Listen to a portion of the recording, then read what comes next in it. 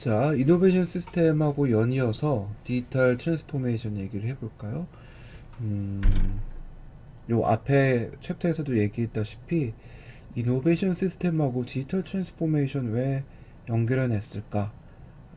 이런 의문이 드실 수도 있지만 앞에서 우리가 얘기했던 부분 중에 일부분 거기가 들어가 있죠. 트랜스포메이션이란 말이 들어가 있었고 또 이노베이션의 하나의 이노베이션 시스템의 하나의 유형이랄까 이런 걸로 이 디지털 트랜스포메이션 얘기해 볼 수 있을 것 같습니다. 자, 그러면 한번 얘기를 해볼까요? 일단 트랜스포메이션이라는 말을 우리 흔히 많이 쓰는데 기초적으로는 비즈니스 트랜스포메이션이라는 것이 핵심적인 내용이 될 수 있을 것 같고요. 그게 이제 디지털화되면 어떻게 전환될 수 있을 것인가라는 걸로 연결이 되는 것이겠죠. 그래서 디지털 트랜스포메이션이라는 단어를 쓰기 전에 우리는 많은 부분 비즈니스 트랜스포메이션이라는 말을 많이 썼는데 뭐 용어가 이노베이션이냐 트랜스포메이션이냐 비슷한 현상을 가지고 용어를 만들어내기 나름이라고 보실 수는 있겠지만 나름대로 기업 입장에서는 혁신이라는 말이 조금 거리감이 있을 수도 있기 때문에 조금 더 구체적인 형태에서 트랜스포메이션 얘기를 하고 있습니다. 비즈니스 트랜스포메이션을 보면요.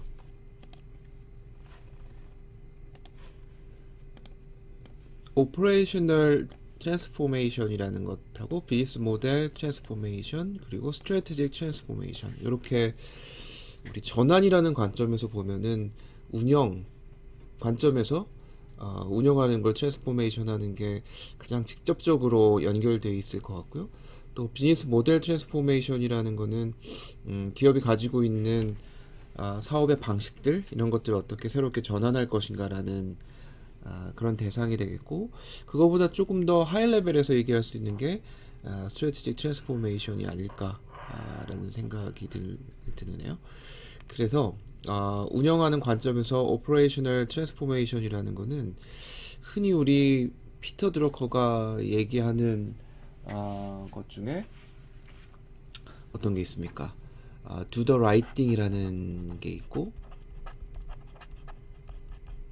right things라는 게 있고 do things right 우리 많이 쓰여지는 내용들이죠.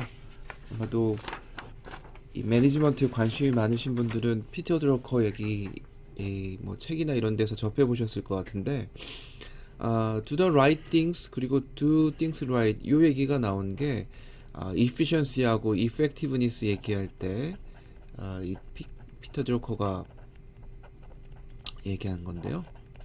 대부분 그렇죠.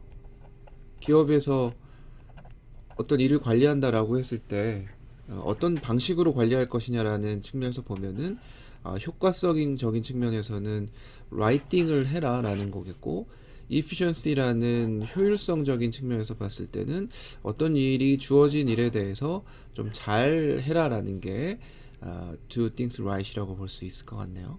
operational transformation이라는 거는 이게 efficiency에 조금 더 가깝다고 볼 수 있겠고요. 그 다음에 비즈니스 모델 트랜스포메이션은 이펙티브니스와 연결되어 있다라고 보는 게 적절하지 않을까라는 생각입니다. 그래서 지금 우리가 하고 있는 어떤 웍에 대해서 조금 더 cheaper, faster 그리고 더 잘 이런 식으로 하는 게 우리는 efficiency라고 할 수가 있겠고 요거를 디지털 테크놀로지를 가지고 조금 더 효율적으로 운영을 하기 위한 노력들이 바로 디지털 트랜스포메이션과 비즈니스 트랜스포메이션을 연결지어주는 그런 내용이라고 볼 수가 있겠죠. 그래서 디지털 기술 이용을 하게 되면 조금 더 사람이 직접 하던 거를 인건비 대체 차원에서 디지털 기술이 그 자리를 테이크아웃해서 새롭게 만들 수가 있기 때문에 조금 더 가격을 낮출 수 있겠고 코스트를 낮춰서 오퍼레이션 할 수 있겠고 좀 더 빨리 그리고 좀 더 정확하게 사람이 하고 있는 일에 오류가 많이 있을 수 있기 때문에 디지털 테크놀로지를 이용하면 그런 방식으로 일을 진행을 할 수 있겠다라는 거죠. 그러니까 스마트 팩토리를 가보면은 그런 디지털 테크놀로지 이용해서 뭐 RFID 카드 그 칩을 붙여가지고 자동적으로 어떤 그 물품이 어디에 와 있는지를 본다든지 아니면 뭐 A라는 위치에서 B라는 위치로 이 로봇이 이동할 수 있게 만들어 준다든지 이렇게 되면 실수가 좀 적고 또 빠르고 조금 더 인건비를 적게 쓰기 때문에 취퍼한 그런 방식으로 오퍼레이션 할 수 있다는 장점이 있을 것 같습니다. 그 다음에 비즈니스 모델 트랜스포메이션이라는 거는 뭐 잘 아시다시피 기업은 비즈니스 모델이라는 거를 갖고 있을 텐데 디지털화 되면서 이런 비즈니스 모델이 전환이 될 수 있다라는 얘기 아니겠습니까? 그래서 현재 우리가 가지고 있는 비즈니스를 아예 새로운 방식으로 하든지 아니면 현재 갖고 있지 않은 거를 새로운 비즈니스를 가지고 디지털을 활용해서 비즈니스 모델을 만든다든지 이런 것들을 우리 비즈니스 모델 트랜스포메이션이라고 얘기할 수 있을 것 같습니다. 아, 그 헤넬트라는 어떤 연구자가 연구한 거에 의하면 비즈니스 모델을 이런 식으로 한번 정의를 내릴 수가 있습니다. 시간이 이제 X축이라고 하고 디지털 트랜스포메이션이 Y축이라고 얘기를 한다면은 이제 디지털 트랜스포메이션의 정도가 물론 이제 뭐 시간이 지나는 거는 뭐 시간이 지나는 거고 시간이 지남에 따라서 디지털 트랜스포메이션을 조금 더 실시를 할 수 있기 때문에 초창기에 디지털 기술을 적용했을 때 목표로 하는 거는 비즈니스 모델을 익스텐션 한다는 관점, 익스텐디드 비즈니스 모델. 요거는 현재 가지고 있는 모델을 조금 확장하는 개념이라고 볼 수가 있겠죠. 뭔가 인터랙션을 디지털 기반으로 해서 조금 더 인터랙션을 잘할 수 있게 한다든지 아니면 연결성을 조금 높인다든지 이런 방식으로 하면은 비즈니스 모델이 기존의 비즈니스 모델보다 조금 더 확장된 형태로 될 수 있을 가능성이 높고요. 그 다음에 조금 더 디지털 전환을 한다라고 하면은 그거의 단계를 우리는 디지털리 enriched BM 칸을 넘어가 버렸네요. 네, 이렇게 하면은 조금 더 그러니까 비즈니스 모델에서 기능만 조금 덧붙였다라고 한다면은 여기에서는 디지털화가 조금 더 많이 된 그런 형태라고 볼 수 있겠고 그것을 한 단계 더 업그레이드 시키면은 디지털리 리바이즈드 그러니까 한번 적용해 본 다음에 이걸 가지고 조금 수정해서 비즈니스 모델을 만든다라는 그런 거죠. 그래서 가령 뭐 모빌리티 서비스나 또는 셀프 드라이빙 서비스 이런 것들은 디지털화 되면서 비즈니스 모델이 바뀌어질 수 있다라는 그런 얘기고요. 가령 뭐 테슬라 같은 경우에는 그냥 차를 생산하는 업체가 아니고 소프트웨어를 개발해서 딜리버리하는 업체다라고 표방을 하고 있다라고 하면은 이거는 디지털화 된 것들이 바로 현재 가지고 있는 비즈니스 모델을 뭔가 수정해서 만들어낼 수 있다라는 개념이고요. 그 다음에 그게 조금 더 높아진다라고 하면은 새로운 비즈니스 모델 또는 뭐 부가적인 너무 좁네요. New Additional Digital 비즈니스 모델 아예 디지털 기술을 기반으로 한 비즈니스 모델을 새롭게 만드는 그런 서비스 같은 것들 이런 것들이 디지털 트랜스포메이션의 정도로 봤을 때 가장 높은 탑 정도의 비즈니스 모델이라고 얘기할 수 있겠습니다. 그러니까 이게 디지털화 된다라는 관점에서 봤을 때 어느 정도 디지털을 적용시키느냐에 따라서 비즈니스 모델에 영향을 어느 정도 주고 있는가라는 것들이 이런 식으로 로드맵처럼 표현이 될 수가 있다라는 거죠. 그래서 현재 우리가 가지고 있는 비즈니스를 전환한다라는 관점에서 디지털을 활용해서 그런 것들을 실시할 수 있도록 만들어주는 거고요. 그 다음에 스트래티직 트랜스포메이션이라는 거는 이제 전략적으로 전환을 하는 그런 내용들입니다. 하이 레벨이라고 볼 수가 있겠죠.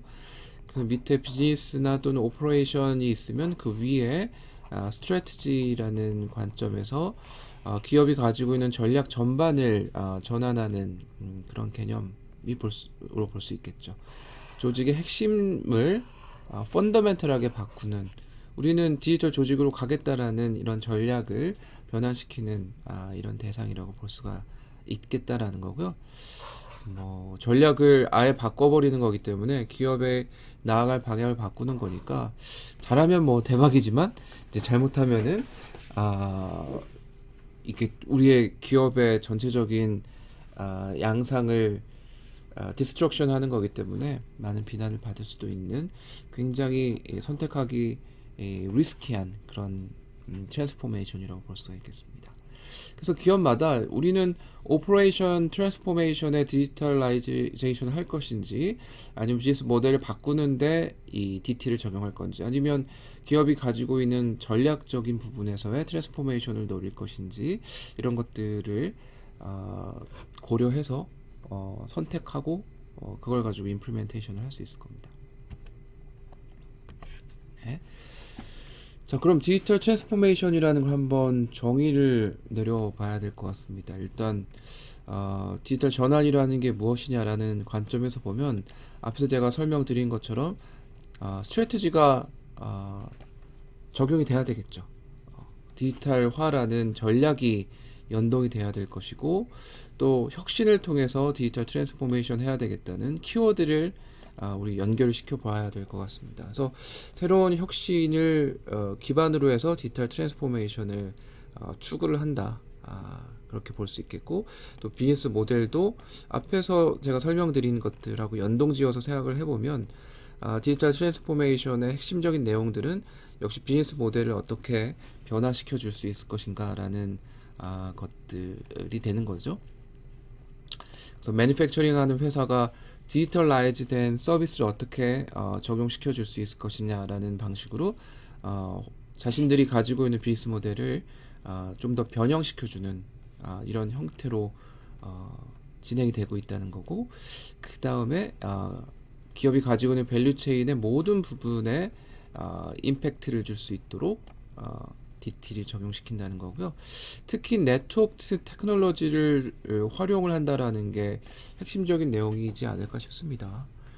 우리 뭐 네트워크 테크놀로지라고 한다면은 IoT 또는 뭐 클라우드 뭐 이런 얘기들이 계속 나오지 않겠습니까? 그래서 이 디지털 트랜스포메이션 하려면은 스마트 팩토리 같은 경우에는 어떤 퍼실리티하고 또 그 중간중간에 있는 뭐 셀샵 같은 것들을 이어주는 로봇 같은 것들이 계속 커뮤니케이션 하면서 정보를 주고받고 이렇게 해서 오퍼레이션 할 수 있도록 만들어주기 때문에 네트워크 테크놀로지가 굉장히 많이 필요한 거라고 볼 수가 있겠죠. 그리고 빅데이터도 굉장히 필요합니다. 역시 디지털 트랜스포메이션의 핵심은 어떤 주요 리소스를 활용할 것인가 라는 측면에서 봤을 때는 데이터를 기반으로 해서 비즈니스 모델도 만들고 또는 오퍼레이션도 적용하고 이렇게 되기 때문에 DT의 핵심적인 내용이 바로 디지털 트랜스포메이션의 디지털 드리븐이라고 볼 수가 있겠습니다. 제가 디지털 트랜스포메이션의 뭐 성숙도 평가 이런 말씀들을 이제 드릴 텐데, 어느 정도 디지털 변환의 성숙도를 거치고 있는가, 이런 것도 이제 기업에 평가를 해주고 어떤 부분에서 조금 더 디지털 변환을 더 해야 되겠다 또는 어떤 부분은 잘한다라는 얘기들을 우리 항상 하고 있는데, 그 중에 핵심적인 게 데이터를 어떻게 관리하고 또 이걸 분석해서 뭔가 오퍼레이션에 어떻게 적용시킬 수 있을 것인가 라는 것들이 중요한 체크 포인트가 되어 있습니다.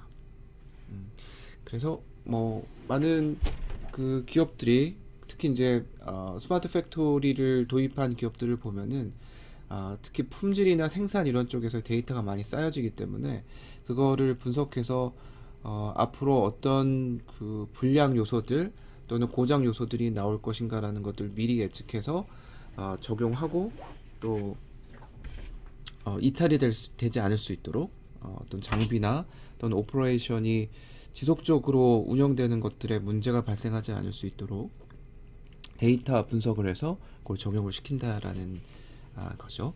그래서 데이터 드리븐이라는 관점이 되게 중요하다 볼 수 있겠습니다. 또 뭐 중요한 거는 리더십하고 사람, 컬처라는 게 되게 중요하기 때문에 컬처라는 것도 평가를 하지 않을 수 없습니다. 디지털 변화를 위한 그 리더십이 어느 정도 되어 있는가, 탑 매니지먼트 층에서 어느 정도 리더십을 가지고 있는가라는 거고, 실제로 그걸 적용시킬 사람들이 진실한 마음으로 디지털 트랜스포메이션 하고 있는가라는 것들이 잘 연동이 되어야지 디지털 트랜스포메이션이 성공적으로 도입이 될 수 있겠다라는 거죠. 아마 경영학에서 나오는 새로운 개념들이나 또는 새로운 시스템들은 다 리더십이나 피플 이런 것들이 들어가 있는 것 같아요. 제가 지식 경영을 한 20년 전에 이제 그 당시에는 뭐 되게 지식 경영이라는 게 중요한 학문이었기 때문에 그때는 많은 기업들이 지식경영 시스템을 어떻게 도입할 것인가라는 게 일종의 뭐 유행처럼 패드처럼 그렇게 떠돌고 다녔어서 굉장히 많은 프로젝트들이 있었던 기억이 납니다.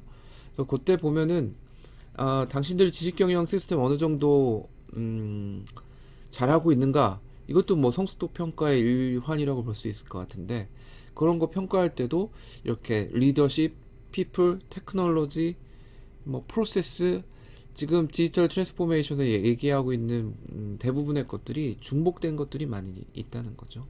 그래서 새로운 개념들이 경영학 쪽에서 나오게 되면은 뭐 우리 뭐 모든 게 다 경영학은 아니지만 대부분 새로운 개념들은 대부분 리더십, 피플, 테크놀로지, 프로세스 뭐 이런 것들에 의해서 정의되고 또 평가되고 하는 것 같습니다.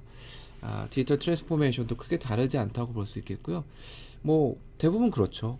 기업이 뭔가를 도입을 하려고 했을 때는 리더십이 중요하고 또 기술이 중요하고 그 다음에 사람이 그걸 잘 받아들이는가 중요하기 때문에 이런 요소들을 정의에도 포함시켜야 될 것이고, 또 평가를 하는 데 있어서도 얘네들이 기반이 돼서 평가를 하면 어느 정도 커버리지가 될 수 있겠다라고 볼 수 있겠습니다.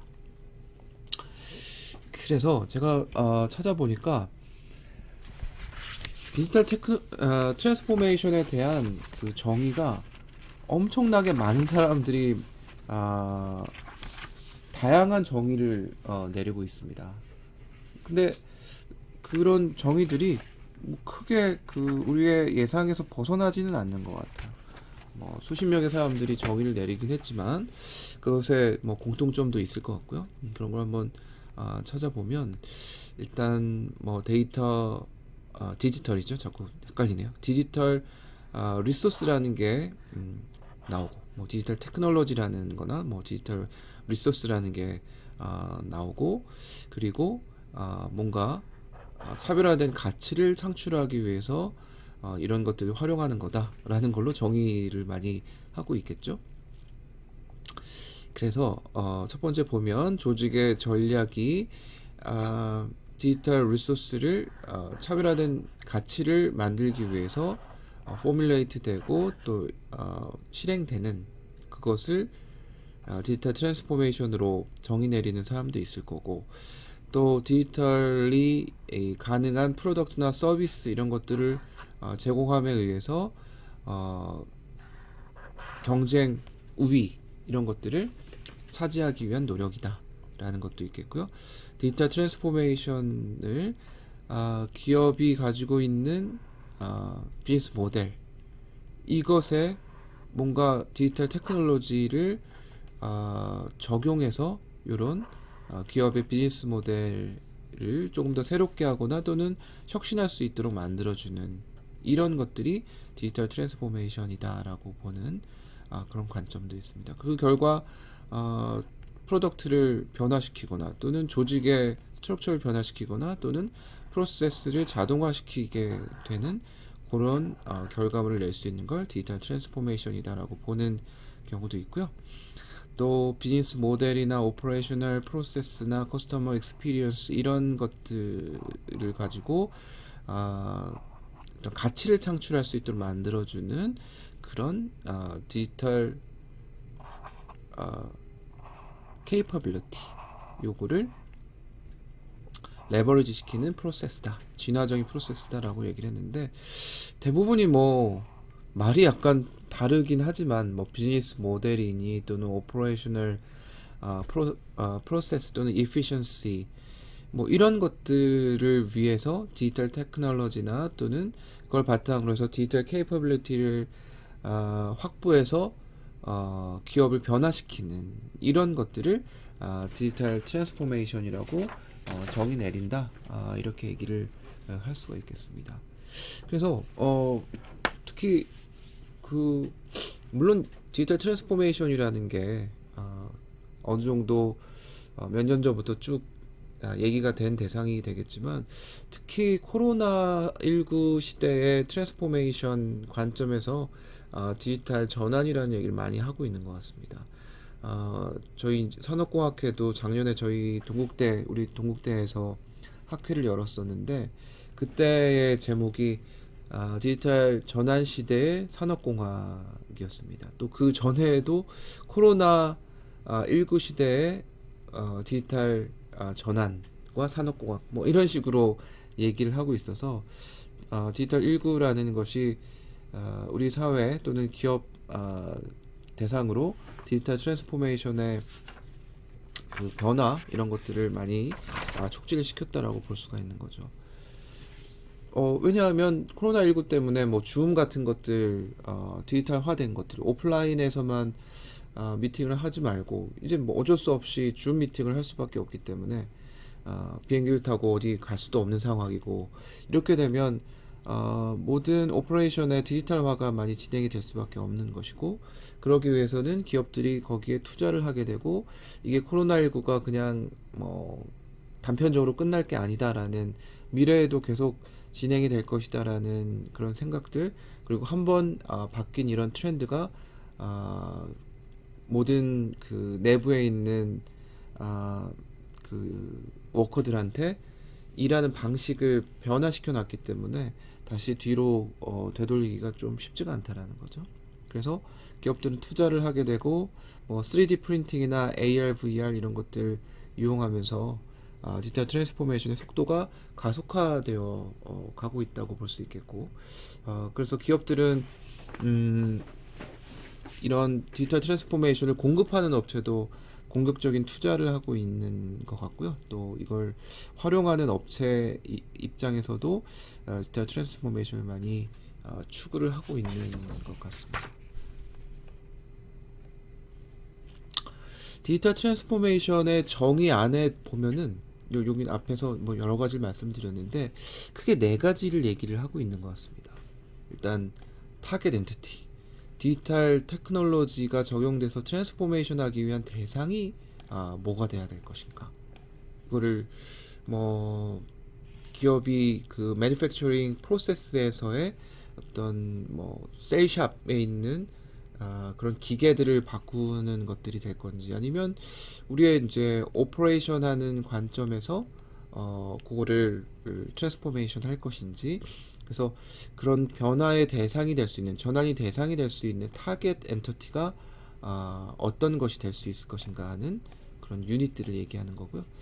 그 다음에 스코프 관점, 이거는 뭐 스코프라고 해야 될지 또는 변화의 익스텐트, 변화의 정도라고 얘기를 해야 될지 이 정의가 좀 다를 수 있을 것 같은데요. 앞에서 정의한 타겟 엔터티의 프로퍼티들, 아까 뭐 설비라든지 아니면 뭐 우리가 일하는 그 뭐 사무실에서 일하는 뭐 PC에서의 대상이 된다든지 아니면 뭐 서버가 된다든지 이런 것에서 디지털 트랜스포메이션 정도가 어느 정도 일어날 것인가라는 것들이 이건 변화의 정도, 이거는 뭐 스코프라고는 써놓긴 했지만 어느 정도 변화의 뎁스라고 얘기할 수도 있을 것 같고요. 그 다음에 수단, 뭘 가지고 그런 트랜스포메이션 할 것인가라는 타겟 엔티티 안에서 변화를 일으키는 테크놀로지들이 어떤 게 포함이 돼야 될 것인가. 여기는 뭐 연결성적인 테크놀로지도 있을 거고요. 또는 지능화 기술들, 뭐 다양한 기술들이 거기에 포함이 될 수 있겠죠. 자동화 기술들, 뭐 지능화 기술들, 또 연결성 기술들, 이런 것들이 어떤 기술을 가지고 트랜스포메이션 할 수 있을 것인가라는 것들이 그 대상이 되는 거겠고요. 그 다음에 그럼으로써 어떤 성과가 나올 것인가라는 그런 네 가지 측면을 우리는 디지털 트랜스포메이션에서 고려하고, 앞에서 제가 설명드린 이런 디지털 트랜스포메이션의 데피니션 안에는 그런 네 가지 관점들이 다 포함이 되어 있다고 볼 수 있겠죠. 그래서 걔네들을 컨셉추얼리 한번 정의를 다시 한번 요 네 가지를 반영해서 할 수 있다면 바로 이런 방식으로 표현을 할 수 있을 것 같습니다. 그래서 뭐 정보나 컴퓨팅, 커뮤니케이션, 커넥티비티 이런 기술들을 컴비네이션해서 어떤 프로퍼티에 시그니피컨트한 변화를 일으킬 수 있도록 엔터티티를 임프루먼트하는 프로세스다, 이런 식으로 얘네들 일반화를 데피니션에서 할 수 있을 것 같네요. 그렇다면 디지털 트랜스포메이션 프로세스를 적용하는 과정에서 중요한 빌딩 블록이 어떤 게 있을까라는 전체 큰 뷰를 한번 보면 좋겠는데요. 제가 이거를 이제 여러분들하고 같이 얘기하는 이유가, 여러분들 이제 연구를 하실 때 디지털 트랜스포메이션에 관련된 연구를 할 때 디지털 트랜스포메이션의 전체적인 그 뷰를 어떻게 가져가야 될 것인가라는 것들, 그리고 그 논문을 쓰실 때 보면은 대부분 뭐 이번에도 발표하실 때 보니까 템 모델을 여전히 많이 쓰고 있는데, 연구 주제가 꼭 템 모델만 있는 건 아닙니다. 여기 제가 보여드리는 것처럼 디지털 트랜스포메이션의 전반적인 빌딩 블록이 어떻게 되는가, 이것도 일종의 논문에서 제가 갖고 온 거니까요. 그런 것도 논문이 될 수 있겠고, 또 장애 요인은 어떤 게 있을까, 제가 연구했던 것들 중에 그런 것들 되게 많이 있습니다. 가령 이제 국제 협력 연구 같은 경우에는 국제 협력에 장애가 되는 요인들을 사람들이 어떻게 평가하고 있는가, 그리고 그걸 개선하기 위해서는 뭐 어떤 방식으로 해야 되는가, 그리고 그거를 답한 사람들의 그 그룹을 지어서 어떤 그룹에 있는 사람들이 장애 요인을 어떻게 더 많이 보고, 또 다른 그룹에 있는 사람들은 또 장애 요인을 어떻게 보고 있는가, 이런 것들을 쓰면은 조금 템 모델, 뭐 유타우트 모델 이런 거 적용하지 않고도 조금 더 좋은 임플리케이션을 줄 수 있는, 그것도 이제 설문 같은 것들 하는 거니까요. 그래서 설문을 할 수도 있고, 뭐 HP 분석해서 뭐 뭘 그 쌍대 비교를 해서 답을 낼 수도 있고, 그런 테크닉도 적용을 할 수 있기 때문에 다양한 어떤 접근 방법들 여러분들이 접해 보는 게 중요할 것 같습니다. 그래서 말이 좀 샜는데요. 여기에 보시면 일단은 디지털 테크놀로지라는 게 핵심 요소가 돼야 되겠죠. 디지털 테크놀로지를 사용을 하게 되면은 이런 디지털 테크놀로지에는 어떤 게 있을까? 소셜 그 네트워크 서비스라든지 아니면 모바일 테크놀로지, 또는 어널리틱스 기법들, IoT나 뭐 플랫폼이나 에코시스템에 대한 이것들을 개발해주는 이런 기술들, 또는 그 플랫폼 자체, 이런 것들을 사용을 하는 게 첫 번째 빌딩 블록. 얘네들이 기술이 개발이 되어야지 디지털 트랜스포메이션이 가능하다라는 얘기겠죠. 이런 것들이 fuel이라고 했습니다. 디슬럽션을 fuel 시킨다라는 그죠? 그래서 디지털 트랜스포메이션의 전체적인 프로세스를 봤을 때 이런 디지털 테크놀로지가 사용이 되게 되면 기업 안에서 디슬럽션을 할 수가 있겠다라는 거죠. 커스터머의 비헤이비어를 바꿔놓고 또는 기대를 높일 수 있도록, 그리고 우리의 경쟁 우위를 차지할 수 있도록 하는 디스럽션, 그리고 데이터를 계속 축적을 해서 여기에 IoT나 이런 것들이 바로 그런 데이터를 축적시켜 줄 수 있는 것들이기 때문에 그걸 가지고 할 수 있는 것들이 디스럽티브한 것들이 굉장히 많다라는 거고요. 이런 디스럽션이 가능해지면 전략을 세울 수가 있겠죠. 디지털 비즈니스에 대한 전략 또는 디지털 트랜스포메이션에 대한 전략, 이런 것들이 이런 디스럽션에 의해서 이런 전략을 수립할 수 있도록 하는 그런 대상이 될 수 있다는 거고요. 그런 전략은 이런 테크놀로지에 의존을 하고 있다라는 그런 관계를 설명하고 있는 거고요. 또 디지털 테크놀로지를 사용할 수가 있겠다라고 하면 밸류 크리에이션 패스를 변화시킬 수 있다라는 거죠. 무슨 얘기냐면 밸류 프로포지션이 좀 달라질 수 있을 것이다. 가치 제한이 좀 달라질 수 있을 거고, 밸류 네트워크를 새롭게 형성할 수 있도록 만들어준다는 거고, 디지털 채널을 기존에는 없던 새로운 채널, 새로운 방법, 이런 것들이 밸류에서 새롭게 창출될 수 있는 여지가 있다는 거고, 그리고 디지털 테크놀로지 이용하면 우리가 어질리티가 높고 또 앰비덱스테리티, 뭐 양손잡이의 뭐 이런 뜻인데요. 여러 가지를 할 수 있게 된다라는 거죠. 그래서 디지털 기술 이용하면은 되게 민첩하게 대응할 수 있도록, 어떤 뭐 IoT 기술을 이용해서 제가 스마트 팩토리 말씀드렸지만 어떤 문제가 발생할 수 있을 거다라는 어떤 그 프로드 디텍션 같은 경우, 뭔가 문제가 발생할 수 있다라는 걸 탐지해서 그걸 빠르게 조치할 수 있도록 만들어줄 수 있기 때문에 굉장히 민첩한 그런 매니지먼트가 가능할 수 있겠다라는 거죠. 그래서 그런 변화가 디지털 테크놀로지에 의해서 만들어질 수 있다는 거고, 그러기 위해서는 이런 스트럭처 체인지가 필요할 거다. 디지털 트랜스포메이션을 위해서는 기업이 가지고 있는 구조나 컬처, 리더십, 그리고 피플들의 롤, 스킬, 이런 것들의 변화를 일으켜야지 밸류 크리에이션 가능하다라는 거고, 그걸 이제 우리가 뭐 일종의 뭐랄까요, 성공 요인? 그러니까 대부분의 연구들이 뭔가를 하기 위한 대상들에 대한 성공 요인을 어떻게 분석할 것인가. 그래서 얘네들이 어찌 보면 하나하나의 성공 요인이라고 볼 수 있겠죠. 디지털 트랜스포메이션을 진행하기 위한 성공 요인들이 어떤 게 있는가라는 관점에서 보면 구조 변화를 어떻게 잘 시킬 수 있을 것인가, 그리고 조직적인 베리어가 있을 텐데 계속 관성에 의해서 지금 하고 있는 것대로 하면 되지 왜 디지털화 하려고 하느냐, 그냥 나는 대면 미팅이 중요하지 줌 하려면 난 안 할 거다, 이런 식으로 이제 관성과 저항, 이런 것들이 베리어가 될 수 있기 때문에 이걸 또 어떻게 관리할 것인가, 이 장애 요인들을 또 분석하는 게 있을 수 있다는 거죠. 그래서 대부분이 어떤 새로운 개념들을 적용시킬 때 성공 요인은 어떤 게 있고 또 장애 요인은 어떤 게 있는가, 아까 이제 연구 주제에 대해서 제가 좀 대부분 이제 이런 어렵게 안 하고 어떤 대상들에 대한 상황을, 현황을 분석하고 또 그걸 개선을 어떻게 할 것인가라는 그런 연구들에서는 일단 분석하고자 하는 대상을 정확하게 잡는 게 좋죠.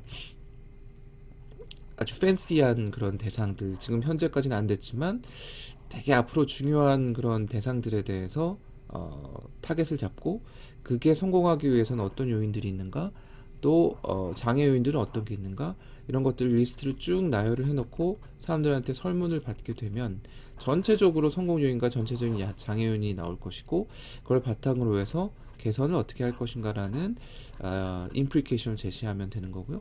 또 이게 좋은 게 아까 제가 설명드린 것처럼 어떤 집단을 나눠서 어떤 애들은, 어떤 집단은 성공 요인을 이거를 중요시 생각하고 또 어떤 그룹은 어떻고 어떤 그룹은 어떻다. 그럼 이제 아노바 분석 같은 것들을 하게 되면 얘네들이 군집 간의 성공 요인을 어떻게 다르게 보고 있다라는 것들을 얘기해 줄 수 있겠다는 거죠. 디지털 트랜스포메이션도 똑같습니다. 여기에 각각 빌딩 블록에서 성공 요인들이 쭉 나오게 되면 이거를 뭐 예를 들면 뭐 관리자는 뭐를 중요시하고 사용자는 누가 어떤 걸 중요시하고 또 뭐 정부 입장에서는 어떤 걸 중요시하더라. 아니면 대기업은 어떤 걸 중요시하고 뭐 스타트업들은 어떤 걸 중요시하더라. 아니면 그 산업으로 나눠서 금융 쪽은 뭘 중요시하고 또 매뉴팩처링 하는 산업은 어떤 걸 중요시하더라. 이런 식으로 그룹 간, 집단 간 차이를 분석할 수가 있으면은 나름대로 이제 인사이트를 쭉 제시를 해줄 수 있을 겁니다. 그래서 우리 너무 템 모델에만 너무 국한되지 않고 이런 성공 요인이나 장애 요인 이런 것들 볼 수 있도록 하면은 조금 더 풍부한 어떤 연구 결과물을 제공을 할 수 있지 않을까라는 기대를 좀 해보고요. 그 다음에 이제 빌딩 블록에서는 네거티브한 임팩트와 또 포지티브한 임팩트가 있을 수 있겠죠. 디지털 트랜스포메이션 하면 긍정적인 임팩트로는 오퍼레이셔널 이피션시 그리고 조직 전체의 퍼포먼스 그리고 인더스트리가 전반적으로 또 사회의 삶의 수준 이런 것들이 개선되는 이런 것이 포지티브한 임팩트라고 볼 수 있겠고 네거티브한 임팩트는 시큐리티와 프라이버시 우리의 데이터가 막 털리고 그리고 우리의 어떤 뭐 금전적인 것도 또 털릴 수가 있겠고 예전 같아서는 뭐 오프라인에 가서 통장 같은 것들 거래하면은 됐었는데 요즘은 뭐 디지털화돼서 거래를 하기 때문에 보안이 확실하지가 않으면은 이게 뭐 중간에서 내 돈을 뽑아갈 수도 있는 거고 며칠 전에도 뭐 NFT 혹은 그 블록체인 기반으로 한 비트코인 이런 것들이 중간에 뭐 탈취되고 뭐 이런 것들이 있더라고요. 그러니까 블록체인은 사실 그런 문제를 없게 만들기 위한 기술이긴 한데 블록체인 자체에서 문제가 되는 게 아니고 이게 뭐 연계하고 이런 과정에서 중간에 해킹을 해가지고 인출해서 나가고 뭐 이런 것들이 발생을 하고 있으니까 시큐리티와 프라이버시 문제가 디지털 트랜스포메이션에서는 또 어려움이 있을 수 있겠다라는 거죠. 그래서 그런 식으로 우리가 구분을 해서 빌딩 블록을 정의할 수 있겠고요. 그래서 여러분들이 이런 게 제너럴라이제이션은 되어 있지만 이거를 조금 더 뭐 수정하거나 또는 개선하기 위해서 어떤 것들이 필요한지 또는 특정 산업에서는 이런 빌딩 블록이 어떻게 달라질 수 있는지 이런 것들 얘기해 보면은 또 재밌는 얘기들이 될 수가 있을 것 같습니다. 조금 전에 얘기한 것들을 뭐 핵심적인 것만 조금 논의를 해볼까 하는데요. 아까 앞에서 얘기한 이런 밸류 크리에이션 패스에서의 변화 이런 관점에서 봤을 때 디지털 트랜스포메이션이 어떻게 밸류 크리에이션을 좀 새롭게 만들어 줄 수 있을까?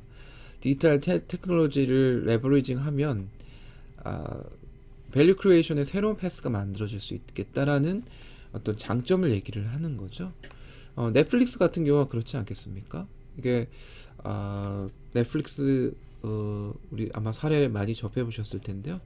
그 이전엔 블록버스터라는 그 미국은 워낙 뭐 땅덩어리가 크니까 이게 비디오 대여점이 멀리 차를 타고 가서 대여를 해야 되는 건데 뭐 예전에 우리 한국에도 동네 뭐 비디오 대여점 뭐 만화책 대여점 되게 많이 있었는데 뭐 그런 것들이죠. 블록버스터 같은 경우에는 그런 비디오 대여를 하는 체인을 미국 전역에 가지고 있는 아주 큰 회사였는데 넷플릭스가 우리가 한번 해보겠다라고 해서 직접 매장에 안 오고 배달해서 뭐 페덱스 같은 것들 이용해서 우편으로 하고 그 다음에 일종의 구독 체제, 구독 모델 가지고 뭐 얼마만 내면은 한 달에 몇 개를 볼 수 있도록 해주겠다. 뭐 이런 식으로. 그래서 예전 같은 경우에 블록버스터 같은 경우에는 우리 대여 기간이 뭐 2주다라고 하면 무조건 갖다 반납을 해야 되는데 넷플릭스에서는 굳이 뭐 그럴 필요가 있나? 그냥 개수만 맞춰주면 되지 않나? 그래서 계속 그걸 봐도 됩니다라는 방식으로 그래서 필요할 때만 우편으로 보내고 받고 이런 식으로 어떤 사이트를 만들어서 신청하고 받을 수 있도록 만들어주고 그게 이제 블록버스터가 파산하는 지경까지 이르게 만들었고 그 이후에 이거를 온라인 서비스로 아예 바꿔서 스트리밍 할 수 있도록 스트리밍 서비스를 제안을 하게 된 거지 않습니까? 그렇게 되면 결국은 이제 디지털 기술이라는 게 바로 오프라인 비즈니스를 가지고 있는 기업들을 또 디슬럽션 할 수 있도록 그렇게 만들어준다는 개념이 되는 거죠. 그래서 새로운 밸류를 디지털 테크놀로지가 줄 수가 있겠다. 디지털 테크놀로지라는 게 새로운 밸류 프로포지션을 가능할 수 있도록 그래서 새로운 서비스를 제공할 수 있도록 만들어준다는 거고요. 그 다음에 밸류 네트워크 관점에서 보면은 기업들이 디지털 테크놀로지를 이용해서 세 가지의 주요 메디에이션 스트래티지를 제시해 줄 수 있다라는 건데요. 무슨 얘기냐면 이제 세 가지 특징이 이겁니다. dis intermediation 그리고 remediation 그리고 network based mediation 뭔가 이제 매개를 해준다라는 관점인데요. 밸류 네트워크이라는 건 이제 매개 관점이 될 테니까요. 그래서 이런 디지털 테크놀로지가 나오면서 여러 플레이어들을 네트워크에서 연결시켜주는 그런 역할을 할 수가 있기 때문에 이런 세 가지의 메인 메디에이션 스트래티지를 임플리멘테이션 할 수 있는 기회를 기업한테 제공을 해줄 수 있다는 거죠. 디스인터미디에이션이라는 거는 그런 전략은 첫 번째로 얘기할 수 있는 거는 이제 바이패스 하는 겁니다. 바이패스 인터미디어리.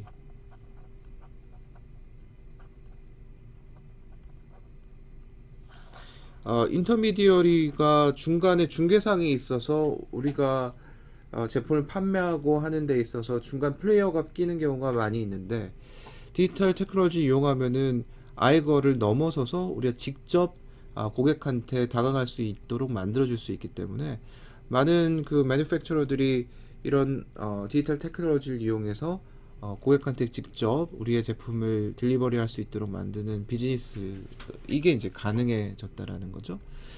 그러니까 디지털 테크놀로지의 범위가 굉장히 넓은 거기 때문에 이건 뭐 온라인 비즈니스의 하나의 뭐 타입이라고 얘기할 수도 있는 거죠. 뭐 델 같은 경우에는 컴퓨터 조립한 거를 직접 소비자한테 딜리버리하는 이런 시스템을 만들었고 또 그 이전에는 일종의 기성품 같은 것들을 컴퓨터로 만들어 놓고 판매했다라고 한다면은 델 컴퓨터 같은 경우에는 커스터마이제이션 될 수 있도록 커스터마이제이션 된 그러니까 내가 원하는 컴퓨터를 내가 주문을 해서 딜리버리를 받는 거죠.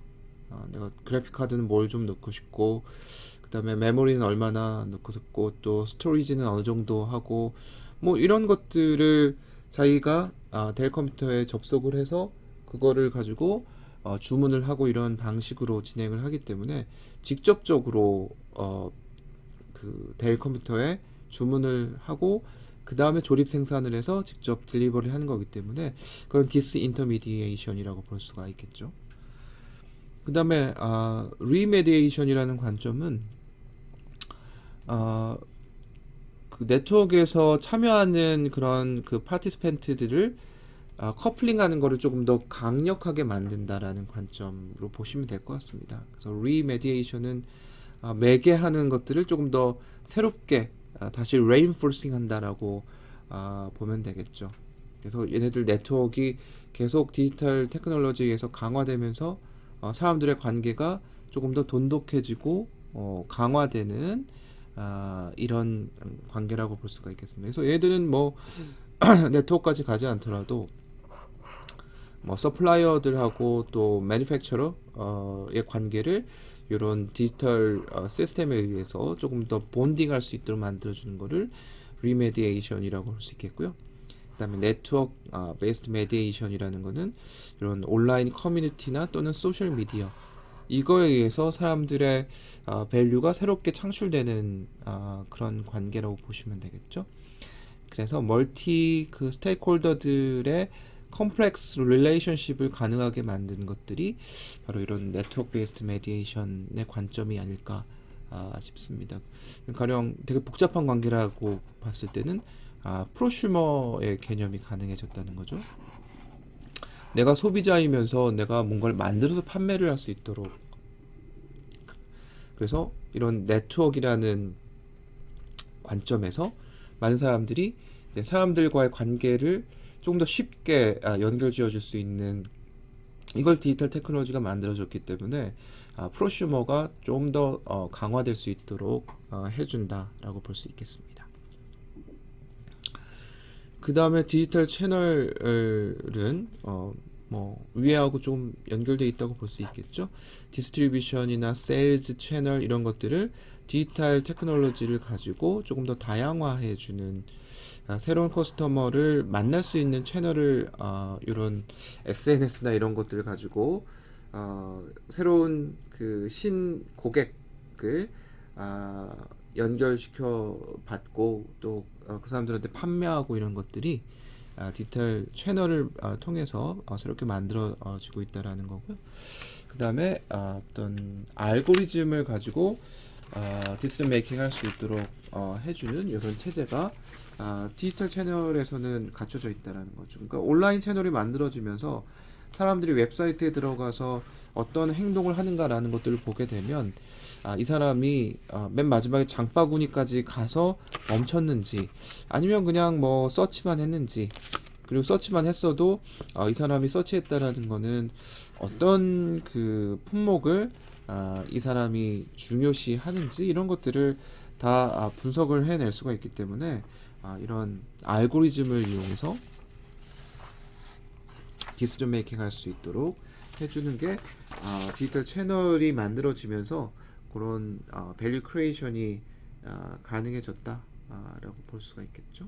그래서 디지털 테크놀로지가 그냥 뭐 온라인으로 됐다라는 것보단 데이터가 쌓이게 되면서 그런 여러 가지 분석 모델을 적용을 할 수가 있겠고, 그 소프트웨어 같은 것들을 이런 그 디시전 메이킹 하는 데 있어서 적극적으로 사용을 하면서 뭐 매니팩처링 같은 경우에는 센서나 또 뭐 IoT와 관련된 기술들 이런 것들이 적용이 되면 뭔가 오퍼레이션 하는 데 있어서 이피션시 이런 것들이 가능해지게 됐다는 거죠. 그래서 그런 게 이제 디지털 채널에서의 밸류 크리에이션이라고 볼 수가 있겠습니다.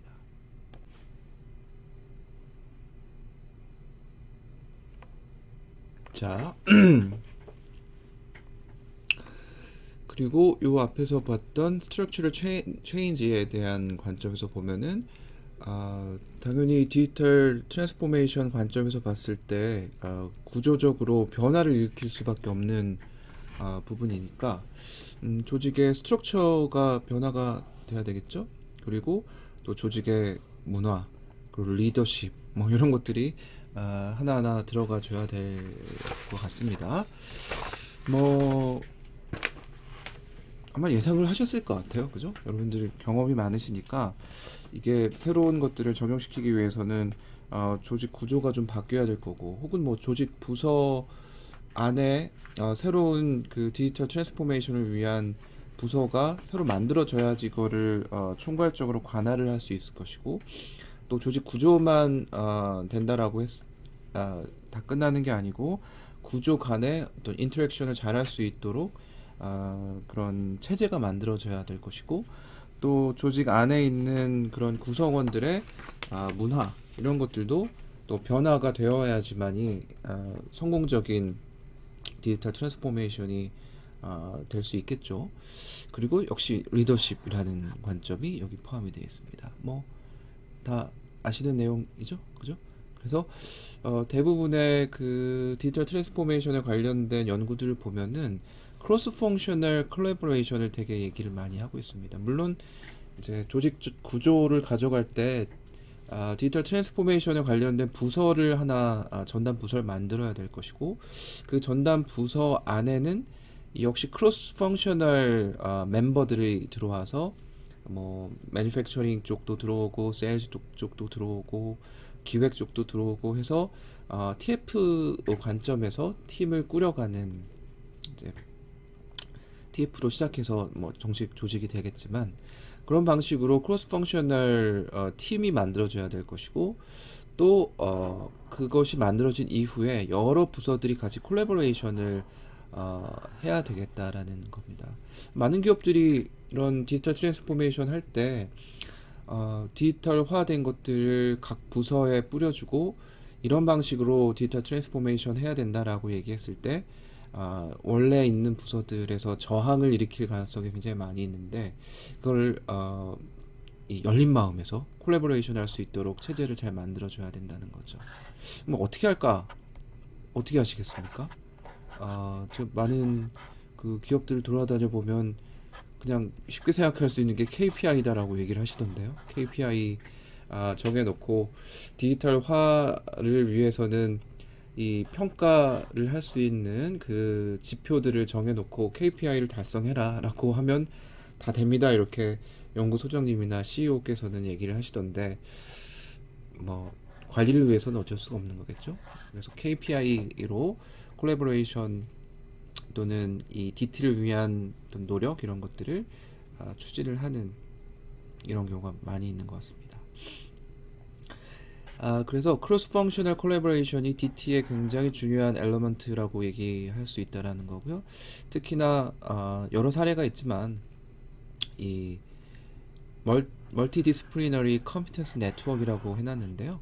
아우디 같은 경우에는 조직 구조에서 이 어널리틱스를 할 수 있는 그런 케이퍼빌리티를 높여주기 위한 노력들 굉장히 많이 했다고 하더라고요. 그러니까 디지털화된 것들에서 데이터를 분석하고 그거를 가지고 어널리틱스 관점에서 어널리틱스 능력을 조금 더 조직적으로도 발전시키고 또 각 종업원들의 그런 어널리틱스 케이퍼빌리티를 높이기 위한 노력들을 되게 많이 했고 그러기 위해서는 이 사람들 각각 가지고 있는 그런 강점들이 다 다르니까 요거를 컴퓨터스 네트워크를 멀티 디스플리너리로 만들어서 전반적으로 기업에서 추진하고 있는 요런 어널리틱스 작업들을 이런 컴퓨터스 네트워크를 가지고 조금 더 DT를 잘 수행할 수 있도록 그렇게 만들어졌다는 거죠.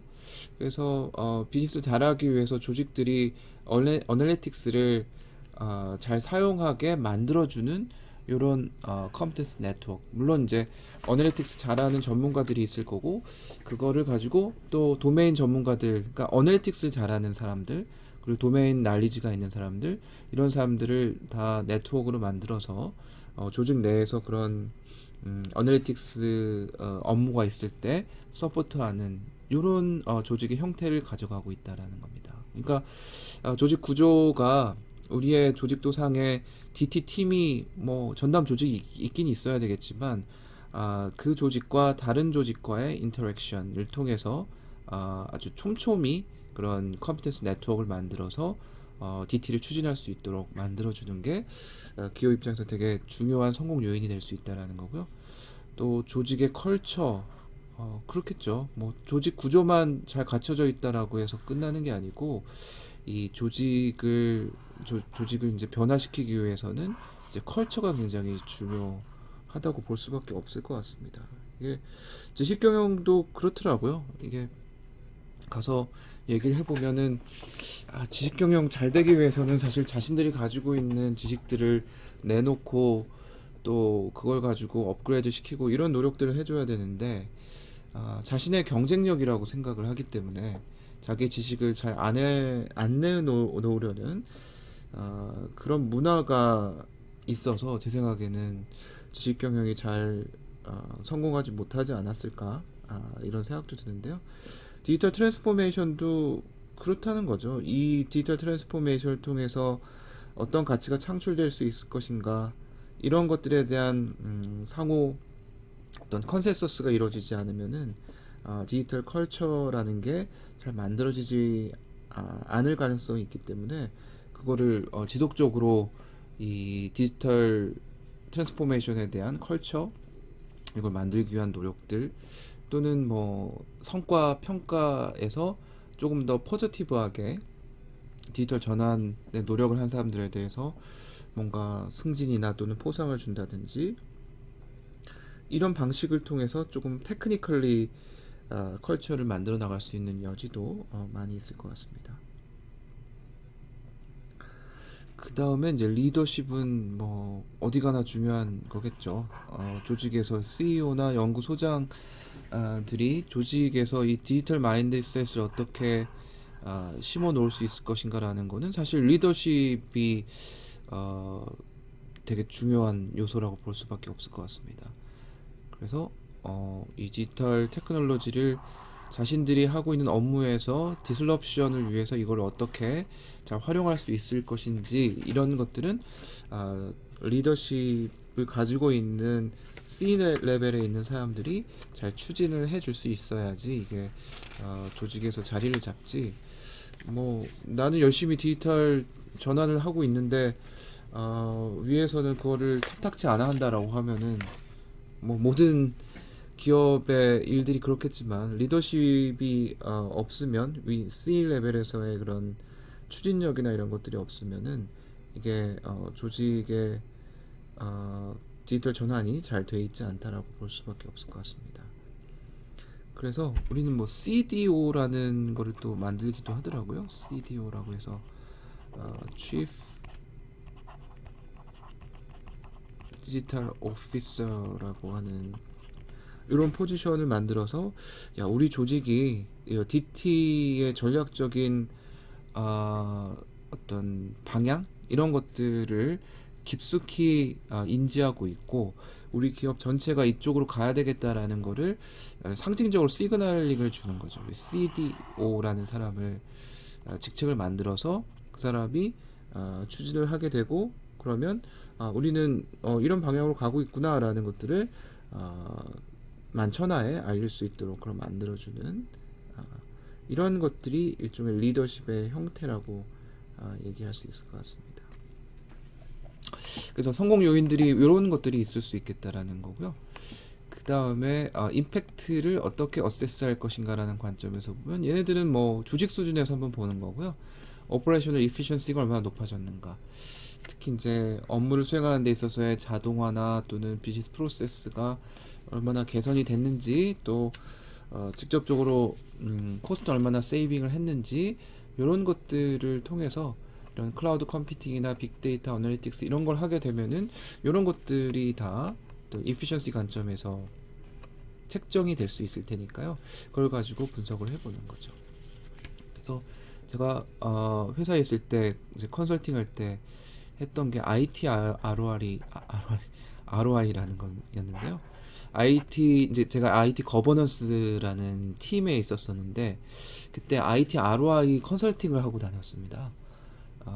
어떤 거냐면은, 어떤 기업이 IT 시스템 같은 것들을 그냥 뭐 무의식 중에 다른 기업들도 도입하니까 우리도 그냥 따라서 도입해야지, 뭐 이런 현상들이 많기 때문에 그러지 말고 뭔가 IT ROI 평가를 해서 이 시스템을 도입을 했을 때 인베스트먼트에 대해서 어느 정도 리턴이 있을 것인가, 이런 것들을 분석하고 그걸 도입을 해야 된다라는 관점이었던 거죠. DT도 비슷할 것 같습니다. 디지털 트랜스포메이션을 했을 때 어느 정도 인베스트먼트에 대해서 리턴이 있는가라는 것들이 바로 이런 이피션시 관점에서 코스트 세이빙이나 또는 시간에 대한 세이빙, 이런 것들이 다 계산이 돼야 되겠죠. 그때 저희 이제 시스템을 만들었었는데요. IT ROI 계산하는 시스템이 있었죠. 그래서 시스템 IT를 도입을 하면은, 예를 들어 뭐 결제를 뭐 10단계를 거쳤는데 뭐 3단계가 될 때는 얼마나 코스트 세이빙이 되고, 또 뭐 종이로 결제하는 게 아니고 시스템으로 결제를 하면은 종이를 몇 장을 세이빙할까 뭐 이런 거를 하나하나 다 계산을 해가지고 IT ROI 이런 쪽에 요거는 코스트 리덕션 관점이고 또 프로핏 레비뉴라고 해야 될까요? 레비뉴 창출 관점에서는 레비뉴 창출 관점에서는 또 어느 정도 얼마나 매출이 늘어날 것인가 이런 것도 다 계산해서 IT ROI 결과물을 제공을 했던 기억이 납니다. 그래서 그런 게 여기에 포함이 되는 거죠. 이피션시만 노릴 게 아니고 퍼포먼스 관점에서 보면은 혁신성이 얼마나 높아졌는지, 또 파이낸셜 퍼포먼스 관점에서 매출액이나 프로핏, 그리고 펌의 그로스 레퓨테이션 얼마나 우리 DT를 함으로써 사람들한테 명성을 높일 수 있을지, 또 경쟁 우위는 얼마나 높여질 수 있을지, 이런 것들이 디지털화 됐을 때의 어떤 퍼포먼스라고 얘기할 수 있겠고요. 특히 디지털 서비스에서 보면 프리미엄 모델 같은 것들을 보면요, 프리미엄이라는 거는 어떤 커뮤니티를 형성해서 처음에 기본적인 서비스는 프리로 하다가 이제 프리라는 거하고 프리하고 프리미엄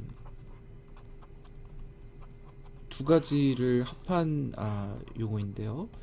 이거는 기본 서비스는 프리로 주지만 사람들이 기본 서비스 이용하다 보면은 조금 뭐 더 업그레이드 된 거를 원하기 때문에 그런 걸 이용할 사람들은 돈을 좀 내세요라는 그런 거죠. 그래서 예를 들어 뭐 예전에 제가 저는 뭐 그런 오락을 별로 좋아하지는 않는데 제 친구가 PC방에서 막 오락하고 거의 오락을 매일매일 자신의 일과로 생각하던 그런 시기가 있었는데, 그때 가서 보니까 골프를 무슨 팡팡인가 뭐 그런 골프 게임이 있었는데 아 기본적으로 아이디를 만들면은 플레이는 할 수 있더라고요. 근데 골프라는 게 사실 아시다시피 이게 얼마나 좋은 클럽을 가지고 있느냐라는 거에 따라서 정확도나 뭐 이런 퍼포먼스가 차이가 나니까 그거를 아이템 구매하도록 만들어서 조금 더 좋은 클럽을 사면은 돈을 얼마를 내고, 또는 뭐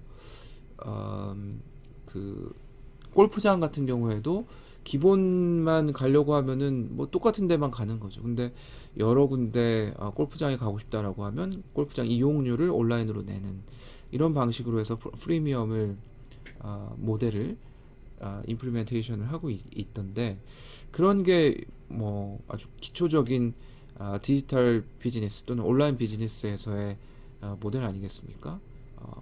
오프라인 모델에서는 이런 것들 많이 안 썼죠. 근데 온라인은 굉장히 빠르게 그 서비스를 이용할 수 있고 쉽게 이용할 수 있도록 처음에 그 문턱은 낮춰주고, 그 다음에 더 뭔가를 이용하려고 했을 때는 돈을 조금 더 내야 되겠다라는 이런 프리미엄 모델들이 나오게 되니까 결국 디지털 트랜스포메이션 관점에서 우리의 비즈니스를 디지털화 시키게 되면은 이런 프리미엄 모델 같은 걸로 해서 얼마나 펌 그로스를 일으키는지, 또는 파이낸셜 퍼포먼스를 얼마나 높일 수 있을 것인지, 이런 것들을 평가할 수 있다라는 얘기고요. 이 두 개는 뭐 컴퍼니 관점에서 보는 거고, 얘는 하이 레벨 임팩트라는 건 소셜 레벨이나 인더스트리 레벨로 얘기를 하는 겁니다.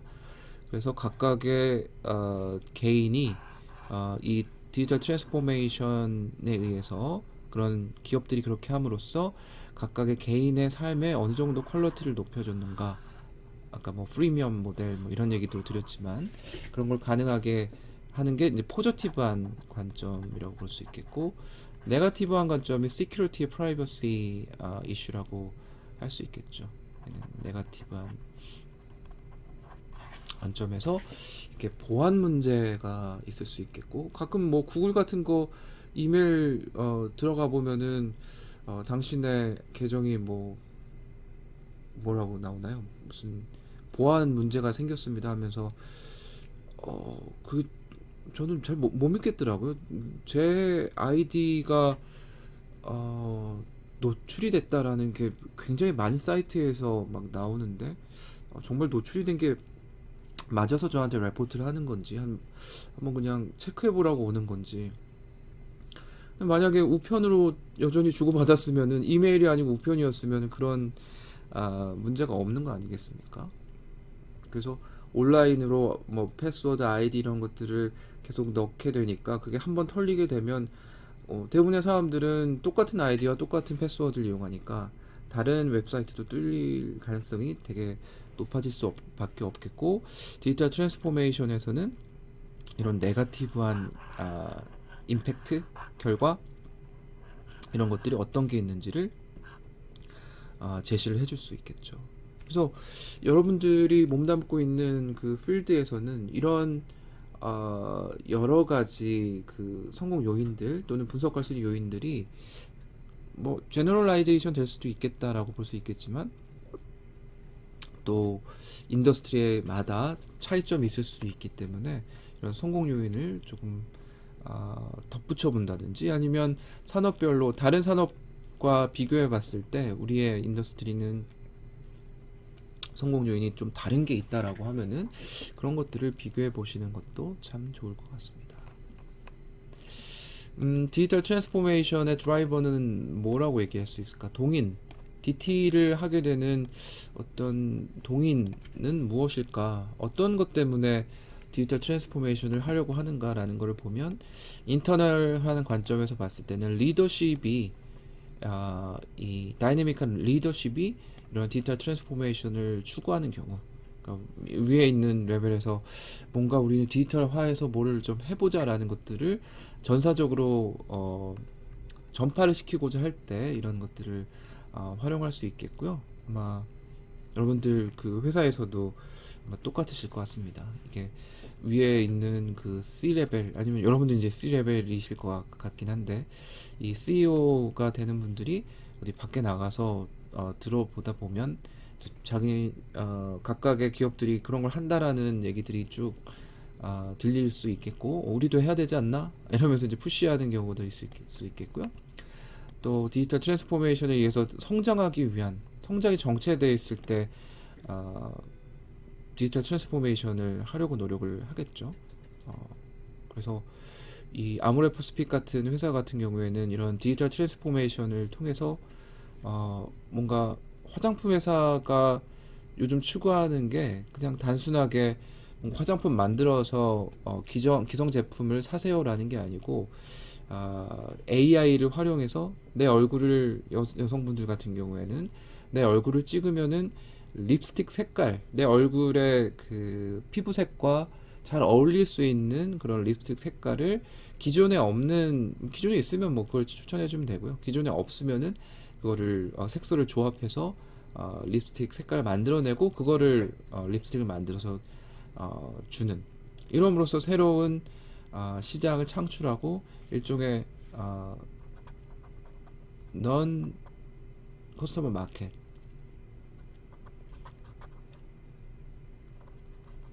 넌 커스터머라고 할까요? 넌 커스터머를 커스터머로 만드는, 이런 식으로 함으로써 매출액을 높일 수 있도록 하는 게 디지털 트랜스포메이션에 의해서 가능한 거다라고 보는 거죠. 그래서 아모레퍼시픽이 그런 것들을 이제 데이터 분석을 하고, 또 그거를 그 자동화된 프로세스를 통해서 만들 수 있도록 그런 기계가 만들어져 있지 않으면 이거를 할 수가 없는 거겠죠. 그래서 성장을 위한 그런 고민 때문에 디지털 트랜스포메이션을 추구를 한다는 거고, 오퍼레이셔널 이피션시, 내부에서 효율성을 높여야 되니까 코스트를 낮춰야 되는 이런 문제들 때문에 어떤 프로세스를 자동화하고 또 사람이 하는 일을 기계가 할 수 있도록 만들어주는 거고요. 그 다음에 글로벌라이제이션을 위해서 세계화시키려면 디지털 트랜스포메이션 해야 되겠죠. 이게 글로벌 스탠다드로 자리를 잡고 있기 때문에 해외로 진출하기 위해서는 그런 부분들이 조금 돼 있어야 된다는 얘기고요. 그 다음에 라이트한 탤런트를 어트랙트하기 위해서, 무슨 얘기냐면 요즘 그 MZ 세대라고 하나요? 밀리니엄 그 세대들은 이 되게 루틴한 걸 별로 안 좋아하는 것 같아요. 우리 학과의 그 졸업생들도 보면 삼성전자 들어간 애들도 여기에서 내가 계속 있을지 모르겠다. 너무 루틴한 일을 공장에 가서 생산 관리나 품질 관리하는 친구들 얘기를 들어보면은 좋긴 한데 조금 챌린징한 일을 하고 싶다라는 게 요즘 세대들의 특징이 아닐까라는 생각이 들고요. 그런 친구들을 어트랙트하기 위해서는 이런 디지털 트랜스포메이션을 꼭 해줘야 되겠죠. 그래서 내부적인 동인으로 이런 얘기들을 끌어낼 수 있을 것 같고요. 그 다음에 익스터널한 관점에서 봤을 때도 외부적인 관점에서 DT가 필요하다라는 거는 산업이 이렇게 바뀌고 있기 때문에, 그리고 컴피티션이 높아지고 있기 때문에 외부의 영향을 받아서 DT를 추구할 수밖에 없을 것이고, 또 커스터머에 대한 커스터머의 expectation과 니즈, 커스터머 니즈, 고객이 원한다는 거죠. 고객이 뭐 디지털 트랜스포메이션을 직접적으로 원하진 않을 수는 있으나 커스터마이제이션이라는 것들을 추구를 하기 위해서는 디지털 트랜스포메이션이 어느 정도 돼 있어야 될 거고, 요즘은 뭐 되게 편한 거를 추구하니까 뭔가 온라인화 또는 디지털화가 돼 있지 않으면은 이용하지 않으려고 한다는 거죠. 배달 앱이나 이런 것들만 봐도 디지털 전환을 하지 않으면 그런 서비스를 딜리버리 할 수가 없기 때문에 고객의 요구에 맞게, 고객의 기대, 역시 뭐 고객의 기대는 다양성, 그리고 코스트 어떻게 낮춰줬으면 좋겠다, 프라이스를 낮춰주는 거, 그리고 아주 빠르게 그런 서비스를 받았으면 좋겠다라는 이런 니즈를 만족해주기 위해서는 DT를 해야 된다는 거고, 또 거버닝 에이전시 관점에서 어떤 기구들, 정부나 산업에서의 어떤 협회, 기구 이런 데서 어떤 표준을 만들어서 추구를 하고 있다라는 거고요. 그 다음에 서드 파티 플랫폼의 어베일러빌리티가 이제 높아졌다라는 거죠. 이게 디지털 트랜스포메이션을 내부에서만 하는 게 아니고 외부에 어떤 이런 서드 파티 플랫폼이 있어서 디지털 트랜스포메이션 할 수 있도록 만들어주는 이런 서비스 같은 것들이 만들어지고 있기 때문에 조금 더 쉽게 디지털 트랜스포메이션을 할 수가 있다라는 관점으로 우리 볼 수가 있겠습니다. 뭐 흔히 우리 CRM이나 뭐 ERP 같은 경우도 그런 디지털 트랜스포메이션의 일종이라고 볼 수 있을 것 같은데요. 내부에 그런 ERP 같은 것들이 서드파티 플랫폼이 만들어지면서 활용할 수 있도록 도입을 하지 않더라도 서비스를 이용할 수 있도록 그런 DT의 플랫폼을 제공하고 있는 업체들이 많아지면서 내부에 도입을 해서 이용할 수 있도록 가능하게 됐다는 거고요. 또 정부에서도 이제 푸시를 하고 있죠. DT 표준, 약간 요거하고는 뭐 비슷하게 말씀드렸는데요. 정부에서도 이제 뭐 산업 그 정책이나 이런 것들 보면 DT가 중심을 이루고 있기 때문에 앞으로 정부가 그런 쪽으로 추진을 하고 있고, 또 앞으로도 많은 지원이 그쪽에 있을 거니까 기업들은 뭐 목을 맬 수밖에 없는 게 아닐까라는 생각이 듭니다. 이런 것들이 익스터널 관점에서 드라이브, 그리고 익스터널 관점에서 드라이브가 될 수 있는데, 제가 이런 것들 이제 설명드리는 이유는 앞에 있는 내용들하고 비슷합니다. 앞에 제가 이걸 설명드릴 때 DT의 성공 요인이 뭐가 될 것인가 라는 것들을 한번 산업별로 비교 분석해 볼 수도 있겠다라는 말씀을 드렸지만, 이런 DT의 드라이버들이 기업마다 산업마다 또 다를 수 있기 때문에 그런 것들을 비교해 보면서 어떤 전반적인 그런 양상, 추세 이런 것들을 제시해 주고, 또 앞으로 어떻게 가야 될 것인가라는 방향도 얘기해 줄 수 있는 부분이 있으니까 그런 거를 우리가 계속 찾아보고 노력을 해야 되지 않을까 싶습니다.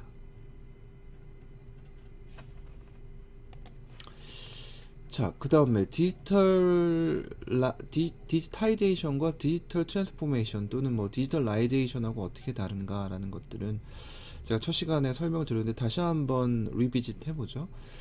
디지타이제이션이라는 거는 기술, 디지털 기술을 특정한 비즈니스 프로블럼을 풀기 위해서 적용하는 거, 혹은 매뉴얼 워크를 또는 매뉴얼 비즈니스 프로세스를 오토메이션하는 거를 디지타이제이션이다라고 얘기를 하고, 디지털 트랜스포메이션 혹은 디지털라이제이션이라고 얘기를 한다면은 그건 전략이 주도하고 디지털 기술을 인코퍼레이트하고 기술들에 의해서 기술들 자체도 커넥티드 돼 있지만 그 기술이 이용된 어떤 시스템 같은 것들이 커넥티드 돼 있는 개념이라고 할 수 있겠죠. 그래서 이런 방식으로 어떤 뭐 시계, 아날로그 시계나 또는 아날로그 기계가 있었다라고 할 때 얘네들을 디지타이제이션 했다라고 하면 디지털 시계로 만드는 거. 그러니까 아날로그를 디지털로 만들었다라는 관점이 디지타이제이션이 되겠고요. 이런 머신을 만들어서 요게 어떤 컴퓨터가 좀 들어가서 뭐 어떤 데이터를 저장하는 정도, 이런 뭐 수치 제어하는 정도, 이런 정도라고 보면 디지털 트랜스포메이션이라는 거는 애플 워치나 또는 갤럭시 워치처럼 얘네들이 데이터가 쌓여지게 되고 또는 다른 센서하고 같이 연결해서 이용할 수 있는 기능들이 굉장히 많아지는. 그래서 저도 갤럭시 워치를 몇 달 전에 처음 사용해보게 됐는데요. 주변에서 사용하는 걸 보고 뭐 갤럭시 워치 뭐 필요할까라는, 뭐 지금도 그렇게 많이 쓰진 않지만 봤더니 기능들이 굉장히 많더라고요. 핸드폰하고 연결해서 내가 이 원래 디지털 시계가 주는 기능하고는 좀 달리 내가 뭐 이동했던 거리나 또는 전화가 왔을 때 이걸로 뭐 받는다든지 아니면 문자 온 거나 카톡 온 거를 본다든지 이게 연결성이 되게 중요하게 된 것을 디지털라이제이션이라고 얘기를 하는 거고요. 그리고 이런 그 수치 제어 기계 같은 경우에도 얘들이 그 데이터가 계속 연동이 돼서 주고받고 하면서 자체적으로 얘는 그 자동화된다라는 게 중요시 되는 거다라고 하면 얘들은 적응형이라고 볼 수가 있겠죠. 그래서 어떤 데이터가 주어졌을 때 또는 뭐 주문이 주어졌을 때 거기에 맞게 얘가 적응해서 생산 양도 조절하고 또는 생산 뭐 모델도 정하고 뭐 이런 식으로 인간이 하는 것들의 대부분을 많이 기술에 의해서 대체될 수 있도록 만들어주는 거를 디지털 트랜스포메이션이라고 얘기를 할 수 있을 것 같습니다. 그래서 자동화도 디지털 트랜스포메이션에서 있죠. 하지만 여기서는 지능화라는 것들이 들어가고 또 연결성이라는 게 조금 더 강조돼서 기기 간의 연결을 어떻게 해줄 수 있을 것인가, 또 그걸 바탕으로 서비스를 어떻게 제공할 수 있을 것인가라는 게 디지털 트랜스포메이션의 핵심 가치가 아닐까라는 생각이 듭니다. 자, 디지털 머추러티에 대해서는 우리 뒤쪽에서 제가 좀 설명을 드릴 텐데요. 얘는 이제 디지털 머추러티고 디지털 트랜스포메이션 머추러티는 또 좀 다를 수는 있을 것 같아요. 디지털 머추러티라는 거는 디지털의 성숙도, 그러니까 디지털 자체에 대한 성숙도를 어떻게 우리 봐야 될 것이냐라는 건데요.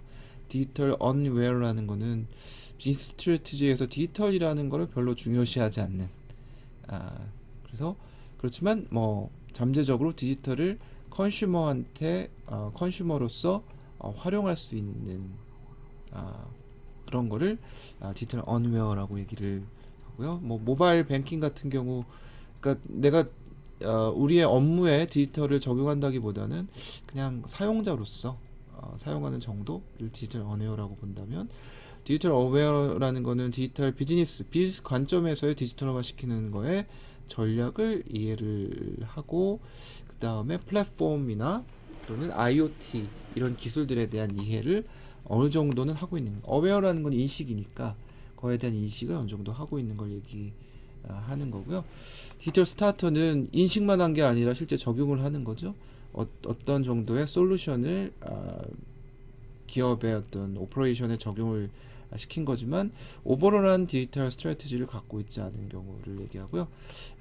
디지털 프로피션트라는 거는 이제 능숙해졌다라는 얘기니까 디지털 트랜스포메이션 로드맵을 가지고 있어서 아직 풀리 이 적용된 건 아니지만 앞으로 어디까지 갈 것이다, 어느 시기에 어떻게 할 것이다라는 거를 어느 정도 정해놓은 형태라고 볼 수 있겠고, 되게 적극적으로 디지털 솔루션을 도입을 하는, 그래서 오버롤이 적용할 수 있도록 만든다는 거고요. 디지털 엑스퍼트가 됐다라고 하면은 엔드 투 엔드 모든 것들을 다 디지털화 시키는 방식으로 머추리티를 얘기해 볼 수 있을 것 같습니다. 그래서 얘네들이 이제 단계별로 지금 우리 기업이 어느 정도의 성숙도를 지니고 있는가라는 거를 평가를 받고, 또 최종적으로 디지털 엑스퍼트로 가기 위해서는 어떤 단계를 거쳐서 올라가야 될까, 어떤 개선점이 있어야 될까, 이런 거를 제시해 주는 게 머추리티 진단 또는 평가라고 할 수 있겠죠. 그래서 이런 각각의 산업별로 어느 정도 디지털 트랜스포메이션이 되고 있는가라는 것들을 구분시켜 줄 수 있을 것 같은데요. 인포메이션 테크놀로지 그 산업은, IT 산업은 디지털 엑스퍼트까지 산업 수준에서 보면 평균적으로 거기까지 간다라는 거고요. 요 중간에 있는 그런 산업들, 파이낸스 쪽이나 뭐 또는 그 호스피탈리티 관점, 호텔이나 여행 이런 쪽, 그리고 미디어 또는 리테일, 또 트랜스포트, 로지스틱스 이런 쪽은 요 중간 정도의 단계에 와 있다라고 할 수 있겠고요. 그 다음에 중소기업이나 뭐 농업이나 프로세스 매니팩처링 또는 트레이딩 이런 쪽은 디지털이 조금 디지털 어웨어 정도, 아니면 전혀 디지털이라는 게 적용되지 않고 있는 정도라고 얘기할 수 있겠습니다. 그래서 내내 제가 설명드린 것처럼 산업별로 성숙도의 차이가 있고, 또 기업별로도 차이가 있기 때문에 그런 부분들이 어떻게 다른가, 이런 것들을 이제 비교 분석을 해줄 수 있을 겁니다. 디지털 트랜스포메이션의 그 배리어를 얘기해주는 많은 페이퍼들이 있습니다. DT를 하기 위해서 어떤 장애 요소들이 있는가라는 리스트를 쭉 제시해주는 되게 여러 가지 논문들이 많이 있더라고요. 그래서 여러분들이 연구를 한다면은 디지털 트랜스포메이션에 장애가 어떤 게 있는가라는 걸 뽑아내는 거는 너무 뭐 일반적인 게 돼버렸고, 다만 특정 도메인에서의 배리어들이 어떤 게 더 중요시 되고 있는가라는 것들을 보는 거는 뭐 그런 건 연구를 해도 의미가 있을 것 같습니다. 크게 이제 6개 정도의 그 대표적인 걸 갖고 와 봤는데요. 얘들 이제 최근에 다 19년도에 나온 논문들입니다.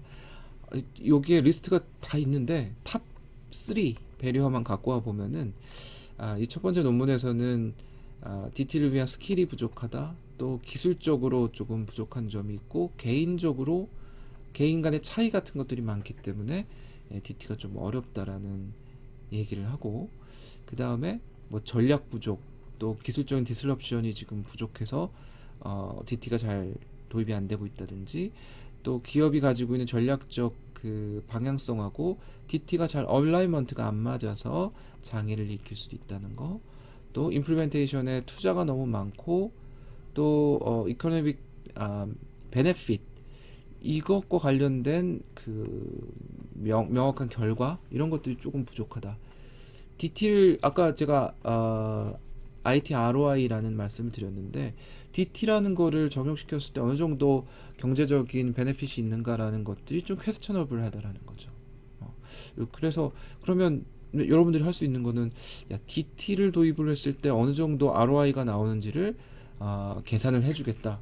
이런 거 만들면은 되게 히트 치시지 않겠습니까? 지금 업계에 나와 있는 거는 성숙도 평가가 단데, 사실 기업이 자신들이 지금 최종적인 DT의 수준에서 어느 정도까지만 와 있는가, 이런 것들을 분석해주는 그런 툴들은 조금 이따가 제가 설명을 드리겠지만 되게 많습니다. 그래서 그런 틀을 만드는 거는 지금은 뭐 쉽지 않은 거가 됐는데, 그걸 이제 분석하는 과정에서 그걸 어떻게 평가할 것인가라는 것들은 대부분이 정성적으로 평가를 하기 마련인데, 그거를 조금 뭐 체계화해서 평가하겠다라고 하는 연구들은 조금 진행이 될 수 있겠죠. 하지만 좀 차별성을 얘기하기는 좀 어렵기 때문에 차라리 이런 DT를 도입했을 때 경제적인 베네핏이 어느 정도 있을까라는 것들을 DT ROI 뭐 이런 식으로 해서 제시해주는 연구도 또 필요할 것 같습니다. 자, 밸류체인 인티그레이션 이게 좀 어렵다. DT가 적용이 됐을 때 밸류체인이 어떤 거는 디지털화돼 있고 어떤 거는 그렇지 않은 경우도 있기 때문에 인티그레이션 하는 게 어려울 수 있겠다라는 거고요. 나머지도 거의 뭐 비슷한 내용들입니다. 데이터의 insufficiency. 대부분 데이터 어널리틱스에서의 문제점은 쓸만한 데이터가 없다라는 게 가장 큰 문제점이니까 디지털 트랜스포메이션에서도 데이터라는 게 핵심이기 때문에 좀 부족하고 또 릴라이빌리티가 좀 낮아서 데이터를 수집했는데 별로 쓸모없는 데이터가 많다든지 이런 것들이 여기서 문제점이 될 수 있다라는 거고요. 벤치마킹 할 수 있는 대상, 레퍼런스가 좀 없다. 그래서 여러분들이 아마 기업에서 한번 DT의 성숙도를 평가해 보고 싶다라고 하면은 제일 알고 싶은 게 업계에서 우리가 몇 등이냐 이런 걸 알고 싶어 하실 것 같아요. 산업 화장품 기업이다라고 하면 화장품 산업에서 우리 기업의 DT의 수준이 어느 정도냐 이런 게 관심 있지 않으시겠습니까? 그래서 그런 것들이 조금 너무 없어서 비교할 대상이 없다. 성공 사례, 베스트 프랙티스가 별로 없다라는 게 가장 큰 문제점이고 지금 이제 계속 쌓아가고 있는 거죠. 프리딕션이 조금 DT를 했을 때 기업이 어디까지 갈 수 있겠다라는 거를 벤치마킹하는 베스트 프랙티스가 많지가 않기 때문에 그런 프리딕션이 좀 어렵다라는 여러 가지 뭐 파이낸셜 레귤레토리 규제 같은 것들이 이제 뭐 디지털 트랜스포메이션 하고 싶어도 어떤 개인 정보에 대한 이런 규제나 또는 뭐 시큐리티 이런 프라이버시 관점 이런 것들이 많이 있어서 DT가 적용되기 좀 어렵다든지 뭐 이런 것들을 뭐 여러 가지 관점에서 배리어들이 있을 수 있기 때문에 걔네들을 뭐 총 뭐랄까요 집대성을 하는 것도 필요할 것 같고 또 어떤 사안마다 이런 배리어가 어떻게 다른가라는 것도 보면 좋을 것 같습니다. 그래서 대부분의 배리어들이 테크놀로지에 많이 연관이 되어 있는 것 같아요. 앞에서 제가 설명을 드렸지만 이게 테크놀로지에 영향이 많이 있는 것 같습니다. 그래서 데이터 insufficiency, unreliability, 벤치마킹의 absence, 그리고 reference 다 데이터에 관련된 그리고 테크놀로지에 관련된 얘기들이 되는 거죠. 그리고 시스템을 인티그레이션 하는 데 있어서 너무 복잡하다. 각각의 DT에 관련된 어떤 시스템들 매니팩처링 하는 데 있어서도 매니팩처링 시스템 MES라는 그런 시스템이 있고 그게 이제 다른 쪽하고 연동을 할 때 되게 복잡성이 높다라는 거고요. 그리고 기술이 아직 머추리티 레벨이 조금 낮다. 지능화, 자동화는 좀 어느 정도 돼 있는데 지능화 관점에서 봤을 때는 아직까지 기술의 발전, 이네이블링 기술들이 그렇게 머추리티가 높지 않은 수준이 있을 수 있기 때문에 그런 베리어블들, 사이버 시큐리티의 위협, 그리고 인프라스트럭처가 아직 적당하지 않다라는 거. 그래서 뭐 그런 신기술을 기존의 기술을 대체할 수 있도록 만들어주는 이런 관점에서의 디슬럽션이 좀 부족하다. 테크놀로지 디슬럽션이 부족하기 때문에 발전을 아직 조금 DT가 더디게 발전하고 있다는 배리어를 얘기를 하고 있고요. 그게 이 논문에서는 5가지 카테고리로 배리어를 정의를 내리고 있는데 첫 번째는 개념적 컨셉추얼 배리어 그리고 두 번째는 소시오탈이라고 해서 어떤 디지털 트랜스포메이션을 위한 사람 간의 인터랙션 이런 게 조금 부족하다는 거고요. 인바이러먼털에서 환경적인 다이내믹한 인바이러먼트의 빠르게 적응하는 것들, 이런 게 조금 어려움이 있다. 에너지 세이빙이나 웨이스트 리덕션, 리스크 매니지먼트, 이거는 말 그대로 이제 환경에 관련된 것들인데요. 디지털 트랜스포메이션이 아직은 여기까지는 가지 못하는 아, 그런 부분들을 보이고 있기 때문에 환경적인 어떤 배리어라고 볼 수 있겠고, 기술적인 배리어는 계속 얘기를 하고 있습니다. 얘들이 하이 퍼포먼스가 나는, 그러니까 이게 미래에 어떤 챌린지를 가지고 있는지를 설명을 드린 겁니다. 기존의 배리어들이 있는데 얘들을 뛰어넘어서 앞으로 어떤 퓨처 디렉션을 지니고 있을 것인가라는 것들을 얘기를 해주고 있는 거고요. 그거를 이제 클라우드 컴퓨팅이나 리얼타임 옵티미제이션, 사이버 시큐리티, 데이터, 빅데이터 매니지먼트, 디지털 트윈, 이런 기술들이 하이 퍼포먼스를 낼 수 있도록 개발을 해줘야 이 배리어를 뛰어넘을 수 있다라는 테크니컬한 관점이고요. 그리고 테크니컬하다는 거고 테크놀로지컬이라는 거는 조금 다른데, 우리는 사실 이제 테크놀로지컬이라는 말을 훨씬 더 많이 쓰고 있는데요. 테크니컬하다는 거는 단순히 기능적인 거를 얘기를 하는 거고요. 테크놀로지컬이라는 거는 그런 기능적인 것하고 또 시스템적인 것까지 다 포함한 개념으로 보시면 되겠죠. 데이터 인티그레이션, 커뮤니케이션, 뭐 컨트롤 테크놀로지, 엣지 컴퓨팅, 소프트웨어 디파인드 네트워크스, 뭐 이런 최신 기술들을 적용해서 시스템에 활용할 수 있도록 만들어주는 이런 방향들, 이런 것들을 얘기를 해보고 있습니다. 네, 그래서 이런 5가지 영역으로 우리 그 어떤 챌린지, 이런 DT에 대한 배리어를 뛰어넘기 위한 챌린지를 5가지 영역으로 나눠 놓고 있고요. 그런 관점에서 컨셉추얼한 거는 어떤 시스템 디자인 관점에서 조금 개념적인 것들이 정확하게 정의가 되어 있어야지 DT가 잘 적용이 될 수 있을 것이다라는 거죠. 그래서 이런 레퍼런스 아키텍처들, 우리 전체적으로 DT가 어떤 구조를 가지고 있어야 될 것인가라는 것들을 이해하는